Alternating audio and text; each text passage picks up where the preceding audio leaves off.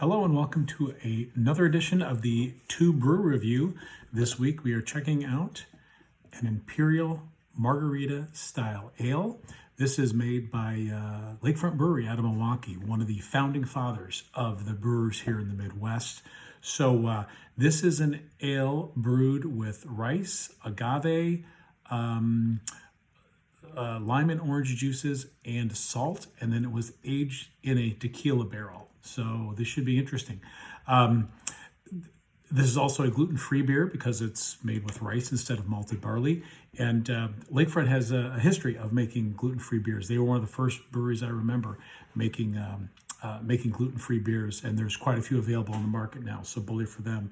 Also, their independent brewer logo, and they have the certified B designation, which means they're a for-profit company that is very environmentally and socially conscious.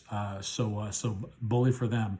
So let's go ahead and get into this. I pretty much give you the full description on the label. Got the bottling date, so it's just just a couple of months old, so pretty fresh, and 11% ABV. So it's got some pop to it. So let's check it out. 12-ounce bottle, by the way. Interesting color on the pour. Getting kind of a little bit hazy, bubbly, but pretty see-through, kind of a yellow-orange with a little bit of a pinkish hue. And again, very fizzy, but no head, and that's because there's no malted barley, there's no wheat.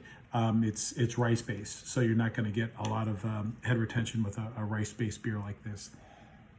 Oh yeah, so, and the aromatics. Definitely getting that agave syrup, which is that plant nectar. It's actually, I believe it's sweeter than sugar, and that is the what is used to make tequila.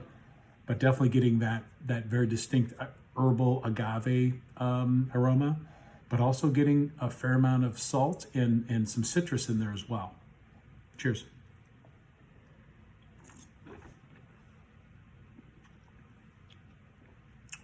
So, flavors, like big sweet tart citrus flavor, really up front, but then you get the salt that comes in it. Really, that sweet tang gets cut nicely by the salt, just like in a margarita with a salted rim. So yeah, very more margarita like than beer like.